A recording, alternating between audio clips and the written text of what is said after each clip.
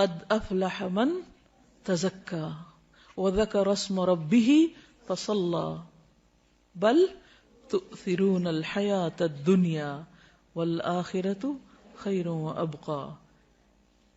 دنیا کے سارے غم اور پریشانیاں یہی رہ جائیں گے. اصل فکر بس آخرت کی لگا لے. ایک فکر ہر فکر سے بے نیاز کر دے گی, ہر فکر کو کاٹ دے گی, اور وہ فکر آخرت ہے. تقوی میں, اللہ کے ڈر میں دنیا اور آخرت کی ساری مشکلات کا حل ہے. اللہ کا وعدہ ہے, اللہ نے اہل کتاب سے وعدہ کیا تھا کہ اگر وہ اپنی کتاب کو قائم کرتے, اس پر عمل کرتے, تو لَأَكَلُوا مِن فَوْقِهِمْ وَمِن تَحْتِ أَرْجُلِهِمْ, آسمان سے بھی رزق برستا, پاؤں کے نیچے سے بھی نکلتا. رزق کی تنگی فراوانی یہ سب بھی اللہ کے ڈر کے ساتھ. اللہ سے ڈرنے والے بن جائیں, گناہوں سے بچیں, ساری مشکلات آسان ہو جائیں گی. لیکن یہ نقطہ ہمیں سمجھ میں نہیں آتا. انسان کے رزق میں رکاوٹ اس کے اپنے گناہوں کی وجہ سے ہوتی, انسان پہ حالات کی تنگی اس کے اپنے گناہوں کی وجہ سے ہوتی ہے.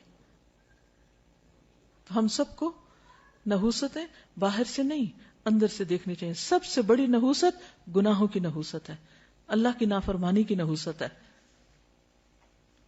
جس جگہ پر نماز نہ پڑھی جائے وہ جگہ منحوس ہو جاتی. تو یہ دیکھیں کہ کہاں گناہ ہو رہے ہیں. اگر ہمارے گھروں میں ہر وقت میوزک بج رہا ہے, اور رحمت کے فرشتے کہاں سے آئیں گے؟ ہر طرف تصویریں لٹک رہی, رحمت کے فرشتے کہاں سے آئیں گے؟ خیر و بھلائی کہاں سے ہوگی؟ اگر رشوت کا مال آ رہا ہے, سود کا مال آ رہا ہے, حرام مال آ رہا ہے, کسی یتیم کی غصب کی زمین پہ گھر بنا کے رہ رہے ہیں, رحمتیں کہاں سے برسیں گی؟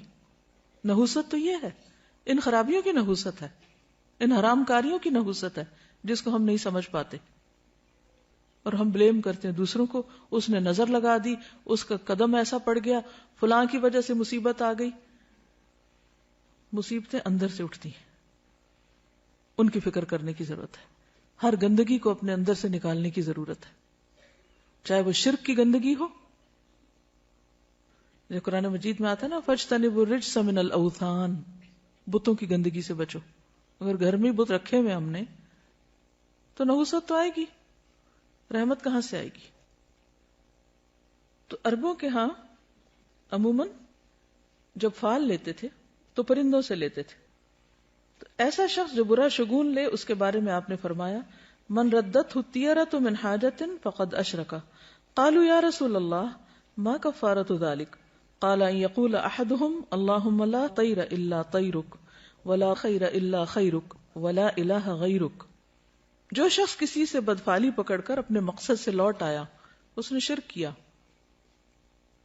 صحابہ کرام نے پوچھا, اللہ کے رسول صلی اللہ علیہ وسلم اس کا کفارہ کیا ہوگا؟ فرمایا, وہ کہے, اے اللہ, تیری دی ہوئی بھلائی کے سوا کوئی بھلائی نہیں, اور تیری فال کے سوا کوئی فال نہیں, اور تیرے علاوہ کوئی معبود نہیں. اب یہ شرک کیسے ہوتا ہے؟ مثال کے طور پر ایک شخص گھر سے نکلا, کالی بلی راستہ کاٹ گئی, تو اس نے اسے منحوس سمجھا اور وہ گھر واپس آ گیا, کام کے لیے گیا ہی نہیں.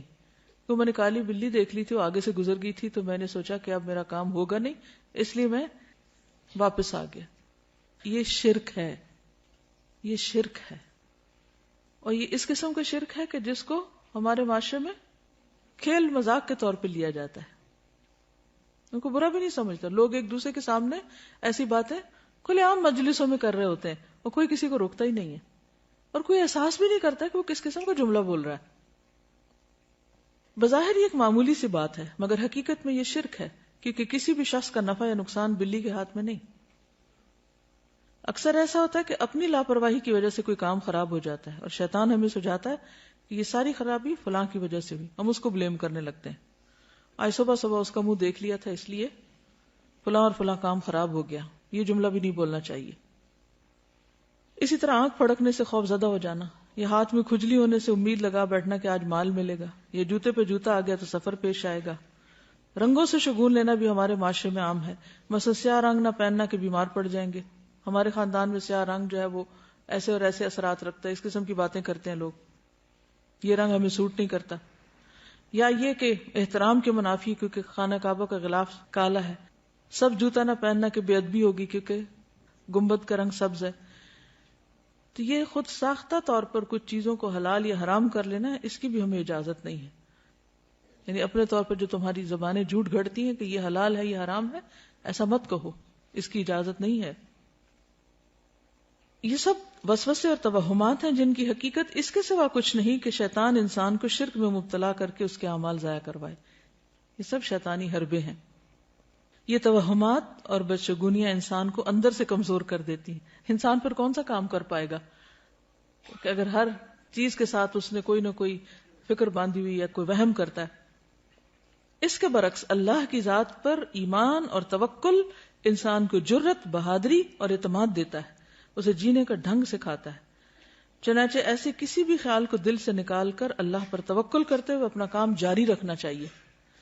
عبداللہ بن مسعود سے روایت ہے کہ رسول اللہ صلی اللہ علیہ وسلم نے فرمایا الطیرۃ شرکن الطیرۃ شرکن ثلاثا، یعنی 3 بار فرمایا، وما منا الا ولکن اللہ یذہبہ بالتوکل، بدشگونی شرک ہے، بدشگونی شرک ہے، 3 بار کہا، اور ہم میں سے کوئی ایسا نہیں مگر اسے وہم ہو جاتا ہے، لیکن اللہ تعالیٰ توکل کی وجہ سے اسے دور کر دیتے ہیں۔ یعنی ہر ایک کے دل میں وہم تو آتے ہی ہیں، آتے ہیں نا، لیکن جب انسان اللہ پہ توکل کرتا ہے تو وہم دور ہو جاتے ہیں، اور یہ ہونے چاہیے، ورنہ تو انسان کچھ کرنے کے قابل ہی نہ رہے۔ ہر چیز کے ساتھ رسک انوالو ہے۔ اس روز جب میں نے وہ حدیث پڑھی نا کہ جو شخص کبر کی وجہ سے اپنے چادر لٹکاتا ہے، تو ایک شخص ایسا کر رہا تو اللہ نے اس کو دھنسا دیا اور زمین میں قیامت تک دھنسایا جاتا رہے گا، تو ایسے میں اس کی ویژننگ کر رہی تھی، ایسی تصور میں لا رہی تھی کہ اس زمین جیسے میں جہاں بیٹھی ہوں اس کے نیچے کیا ہے، اگر یہ کھلے تو اس کے اندر کیا ہوگا۔ تو ایک دم میں کانپ اٹھی، تو میں نے سوچا کہ ہم کتنی خطرناک جگہ پہ بیٹھے ہوئے ہیں۔ یعنی زمین جو ہے اللہ نے اس کو ٹکایا ہوا کہ ہم ٹکے ہوئے اس پر، الم نجعل الارض مہادا، تو مہاد بنایا ہوا تو ہم آرام کر رہے ہیں، ورنہ اگر یہ پھٹنے لگ جائے اور انسان اندر اترنے لگ جائے تو سوچے کہاں جا کے پہنچے، کہاں پہنچے۔ تو اللہ تھامتا ہے۔ آسمان کی طرف دیکھو کیسے اللہ نے پرندوں کو وہاں تھاما ہوا، ہمیں زمین پہ تھاما ہوا ہے، اگر اس کا اذن نہ ہو تو کہیں کہ کہیں پہنچ جائے، ہم تو کہیں بھی نہیں بچ سکتے۔ اس لیے ہمیشہ اللہ پر توکل کرنا چاہیے اور ان چیزوں سے باہر آ جانا چاہیے۔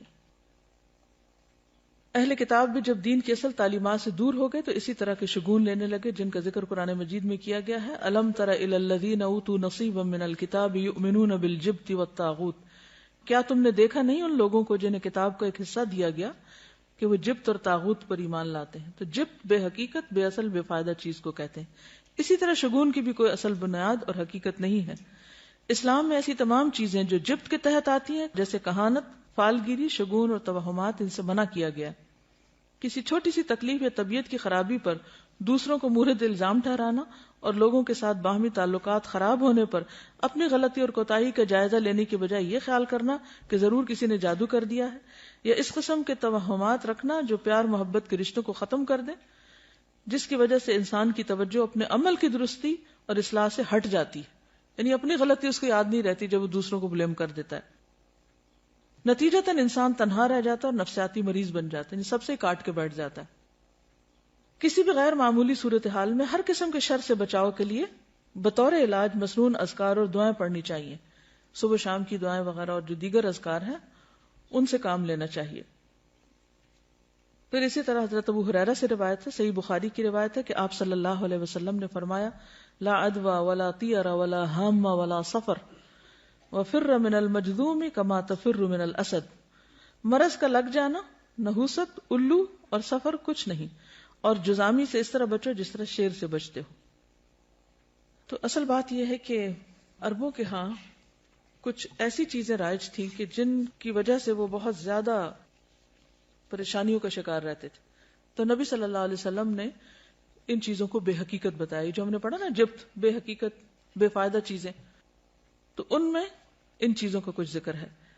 اب آپ دیکھیے کہ نبی صلی اللہ علیہ وسلم کا یہ جو قول ہے ہامہ، کیا مطلب ہے اس کا؟ ہامہ کوئی چیز نہیں۔ جب نظر کا وہ دم پڑھتے ہیں نا، جو دعا پڑھتے ہیں اعوذ بکلمات اللہ التامات من کل شر و شیطان و ہامۃ، وہ وہامہ نہیں ہے، وہ ہامہ، الگ الگ ہے، وا اور ہامہ۔ تو یہ ہامہ کیا ہے؟ تو بقیہ کہتے ہیں کہ میں نے محمد بن راشد سے یہ بات پوچھی کہ یہ کیا چیز ہے، تو انہوں نے کہا کہ جاہلیت میں لوگ کہا کرتے تھے کہ جب بھی کوئی شخص مر جاتا ہے اور اسے دفن کیا جاتا ہے تو اس کی قبر سے ایک الو نکلتا ہے. یہ دور جاہلیت کی ایک سوچ ہے. بقیہ کہتے ہیں میں نے سفر کے متعلق پوچھا تو انہوں نے کہا جاہلیت کے لوگ سفر کے مہینے کو منحوس خیال کرتے تھے. وجہ تو پیچھے آپ پڑھ ہی چکے ہیں. اس میں جنگ و جدل بہت ہوتی, قتل و غارت ہوتی, گھر خالی ہو جاتے, تو ان سب چیزوں کو منحوس قرار دیتے. تو نبی صلی اللہ علیہ وسلم نے فرمایا سفر کچھ نہیں, یعنی اس کی نحوست نہیں ہے. محمد بن راشد کہتے ہیں کہ میں نے ان لوگوں کو بھی سنا جو کہتے ہیں کہ سفر ایک پیٹ کے درد کا نام ہے, یعنی ایک بیماری ہے, اور وہ لوگ کہا کرتے تھے کہ یہ متعدی ہوتا ہے, یعنی دوسروں کو لگ جاتا ہے. تو آپ نے فرمایا کہ سفر کی کوئی حقیقت نہیں. ٹھیک ہے, تو یہ جو حدیث ہے نا لا عدوى ولا طیر ولا حام ولا سفر, یہ سب بے حقیقت چیزیں ہیں, جبت ہے. ٹھیک ہے. اشہب کہتے ہیں کہ امام مالک سے رسول اللہ صلی اللہ علیہ وسلم کی قول لا سفر, سفر کچھ نہیں ہے کے بارے میں سوال کیا گیا تو انہوں نے کہا کہ اہل جاہلیت سفر کے مہینے کو ایک سال حلال کر لیتے اور ایک سال حرام کر دیتے.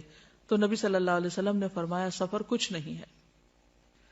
ابن عباس کہتے ہیں, یہ صحیح بخاری کی روایت ہے, کہ عرب سمجھتے تھے کہ حج کے دنوں میں عمرہ کرنا روئے زمین پر سب سے بڑا گناہ ہے.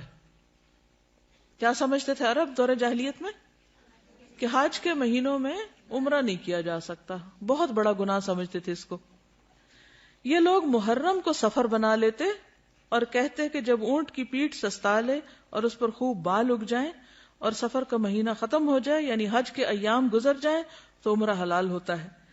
پھر جب نبی صلی اللہ علیہ وسلم اپنے صحابہ کے ساتھ چوتھی کی صبح کو, یعنی ذوالحج کی چوتھی تاریخ کو حج کا احرام باندھے ہوئے آئے تو آپ نے انہیں حکم دیا کہ اپنے حج کو عمرہ بنا لیں, پہلے عمرہ بھی کریں.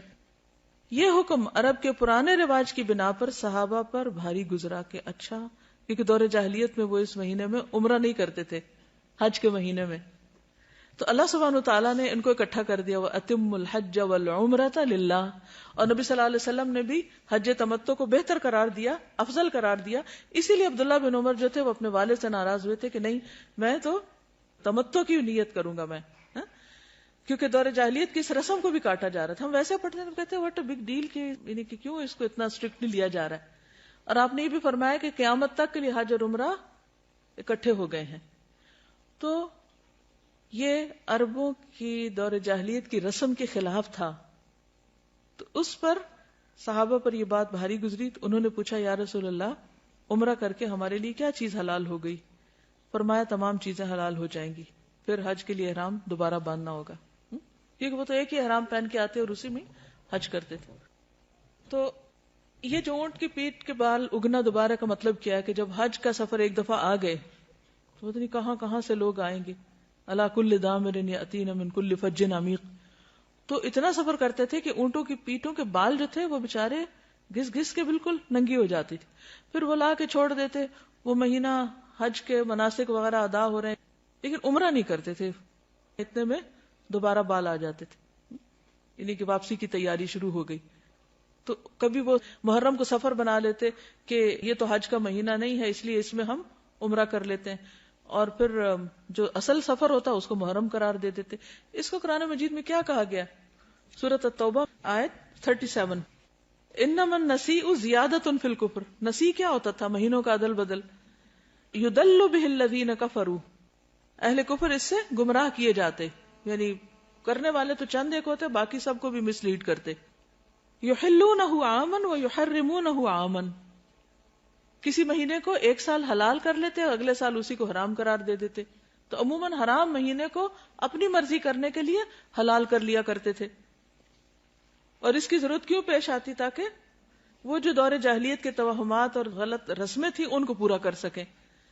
لیواطئوا عدۃ ما حرم اللہ, تاکہ گنتی پوری کریں جو اللہ نے حرام قرار دیا. فیحلوا ما حرم اللہ, تو صرف اس گنتی پوری کرنے کے لیے اللہ کی حرام کردہ چیز کو اپنے ہاتھ میں لے کر اس کو حلال کر دیتے. زین لہم سوء اعمالہم, ان کے اعمال ان کے لیے خوبصورت بنا دیے گئے. واللہ لا یہدی القوم الکافرین, اللہ کافر قوم کو ہدایت نہیں دیتا. تو سفر جو ہے اس کی کوئی حقیقت نہیں. اور کس چیز کی حقیقت نہیں؟ حامہ کی نہیں. ٹھیک ہے، حامہ کیا ہے؟ الو، ٹھیک، جو قبر سے نکلتا ہے. اچھا، یہ جو تصور تھا نا کہ مردہ جو ہے اس کے اندر سے الو نکلتا ہے، تو پھر وہ کہتے ہیں کہ وہ الو گھر میں آتا ہے اور آ کے مردے کی باتیں بتاتا ہے کہ اس کے ساتھ کیا ہوا ہے. یعنی اس قسم کی خرافات بھی ہیں. اور پھر یہ بھی کہا جاتا ہے کہ مقتول کی کھوپڑی سے پرندے کا نکلنا اس وجہ سے ہے کہ وہ پھر پیاسا بھٹکتا رہتا پرندہ جب تک کہ انتقام نہ لے لیا جائے، یعنی مقتول کا انتقام نہ لے لیا جائے. تو وہ آوازیں نکالتا ہے اور لوگوں کو کہتا ہے. وہ ایک خاص پرندہ تھا کروان، جس کی طرف یہ بات منسوب کی جاتی ہے، کیونکہ وہ بولتا ہے پرندہ، تو پھر اس کا بولنا جو ہے وہ اس کو منحوس سمجھا جاتا ہے. اور الو کے بولنے کو بھی، کہ جہاں جس گھر میں الو بولے گا وہاں سے کوئی بندہ مر جائے گا یا کوئی جانور مر جائے گا، یہ بھی ان کا خیال تھا. جس طرح ہمارے ہاں بلیوں سے شگون لیتے ہیں جب وہ روتی ہیں. کبھی روتی بلی کو سنا؟ اس وقت کیا خیال آتا ہے؟ خوف آتا ہے نا. اچھا، کیا خوف آتا ہے؟ کہ کوئی مصیبت آنے لگی ہے. نہیں، کوئی مصیبت نہیں آتی اس سے. ٹھیک ہے، اس وقت اپنے دل کو مضبوط کیا کرے. اب یقین کیجئے کہ اگر صحیح دین پر آپ عمل کریں گے نا تو آپ کے اندر سے خوف نکل جائے گا.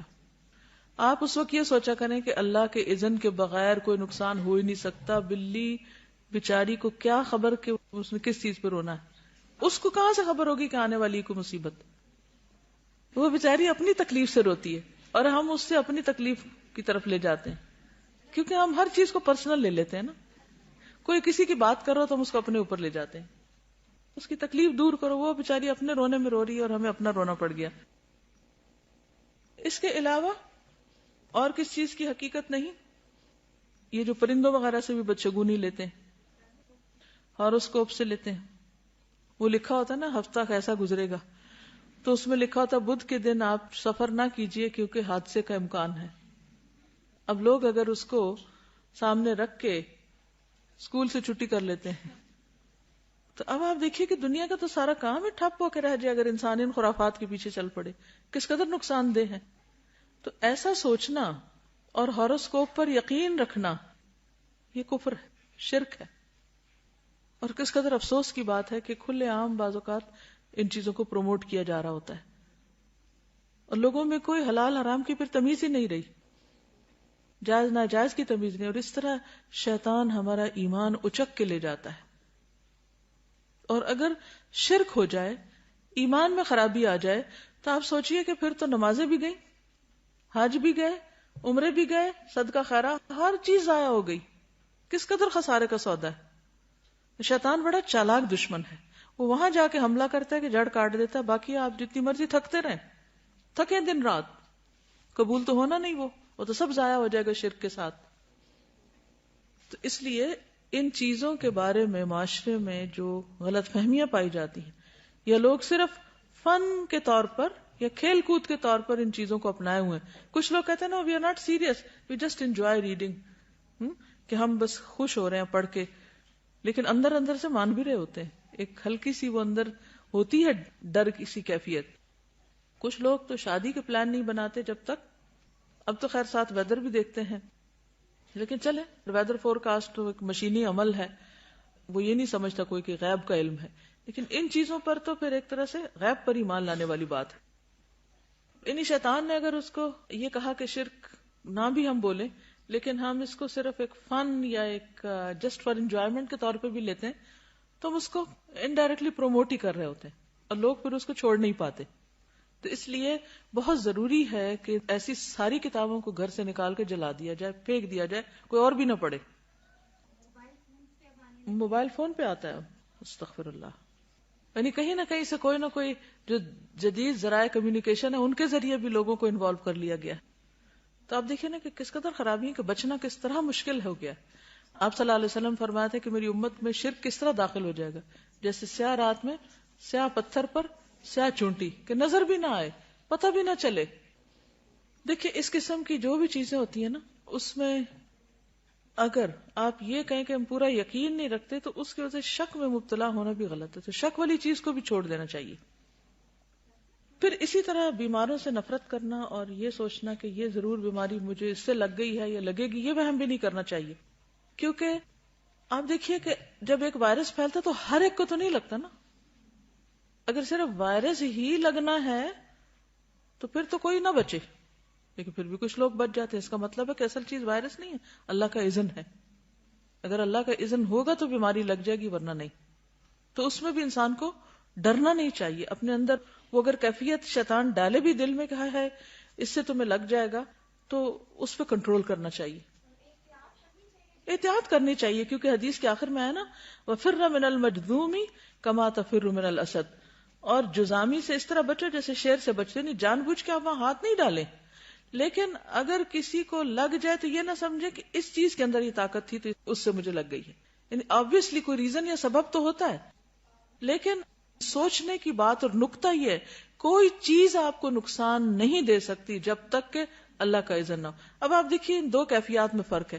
ایک یہ کہ کسی بھی چیز کو دیکھ کے آپ ڈر جائیں کہ ہائے ہائے یہ بس اب یہ تو اٹیک ہوا مجھ پہ، اور دوسرا یہ ہے کہ آپ کہیں کہ جی نہیں ہو سکتا جب تک اللہ نہ چاہے، تو مجھے ڈرنے کی ضرورت نہیں. ہاں احتیاط ضروری ہے.